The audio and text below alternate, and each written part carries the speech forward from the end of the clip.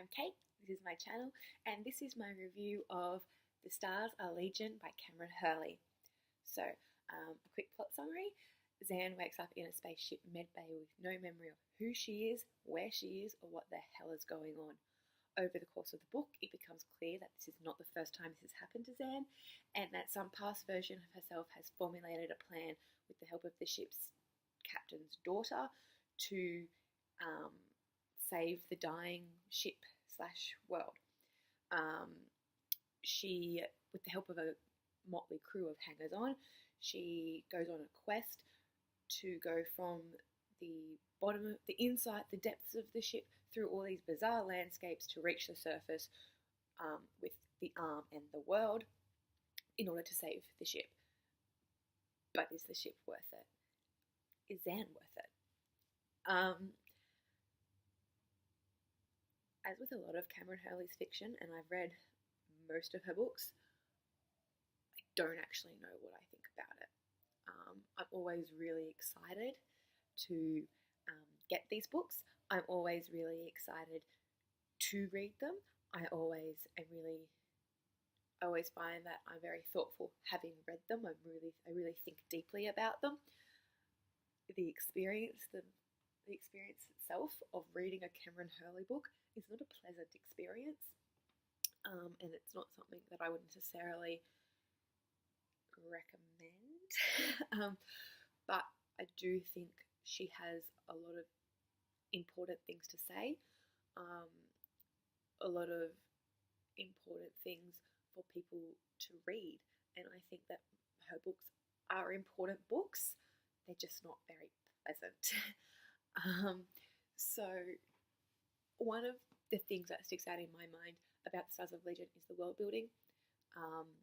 This book is set on a ship that is also the world, that is also flesh. It's an organic ship. As the characters walk down the hallways, the floor gives and it squelches because it's flesh. If something crashes into the wall and breaks the wall, it bleeds or bile comes out. When they die, they get recycled and reformed back into the ship. They get broken, they get digested, I guess. They get digested when they die. It's visceral, and there's blood and there's guts, and if you don't like body horror, you are not going to like this book. The characters, as I said, when they die, basically get digested. They sort of live in a symbiotic relationship with their ship. And one of the key points of this book is that all of the characters are women. Every single one of them is female. There are no men on this ship. There is no, as far as I can tell, there's no recollection of the fact that there ever were men. There's no understanding that a second or third or fourth or neutral gender is required for survival. They don't need men. They don't recognise the fact that there's something missing, because there isn't anything missing. Their society, I don't want to say it functions, but it works. Their system works.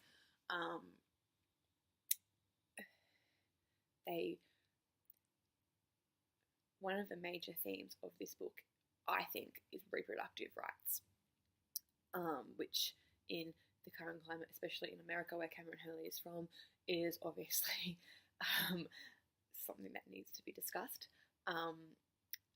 So obviously the women, they don't reproduce with themselves, and they don't get to choose when or how they reproduce. They are in a symbiotic relationship with their planet or with their ship. When the ship requires something such as new parts or new flesh or whatever, they don't always understand exactly what it is. Basically, the ship impregnates them.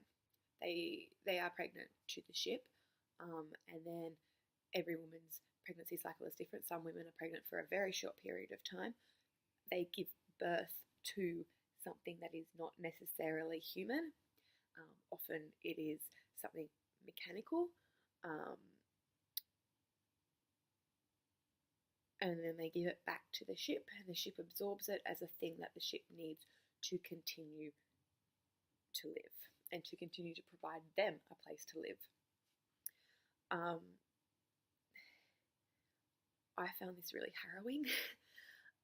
I have no experience with pregnancy or abortion or miscarriage or childbearing, child rearing.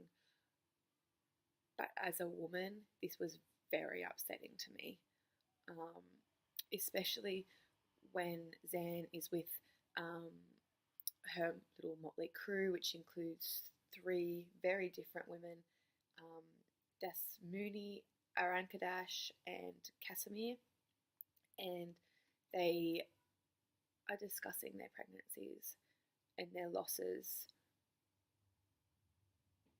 and the fact that sometimes what they give birth to is disgusting, but it's theirs and they need it, but they have to give it up, or it dies and they have to throw it away.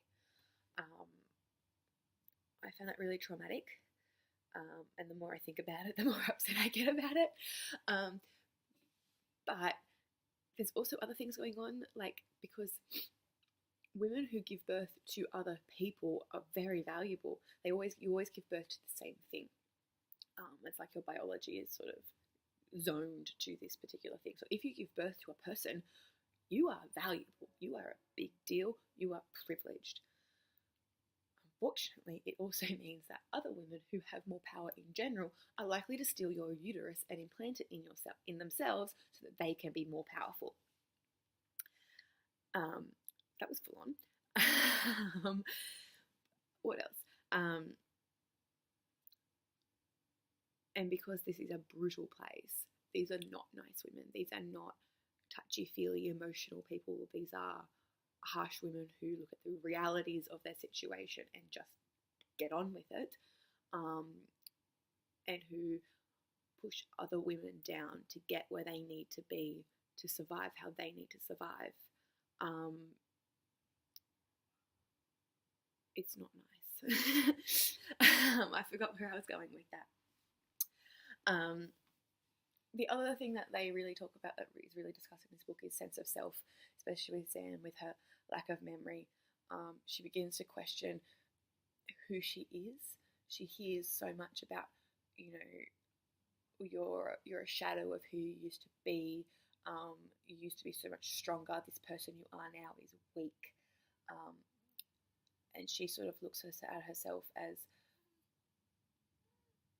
being empathetic and considerate, even though she still acknowledges that she's an awful person who does awful things. She's trying to be better. And if everyone's telling her that the person she used to be before was not this person, then she doesn't want to be that person anymore. And she probably doesn't even want to remember that person anymore. And she has to make a choice about whether or not she wants to go back to being that person who can save the world at the expense of her soul, essentially. And also, the daughter of the ship's leader, Jade, who has her own storyline, which I've completely ignored because I didn't really like it. They used to be in love, and she can still feel that sexual connection.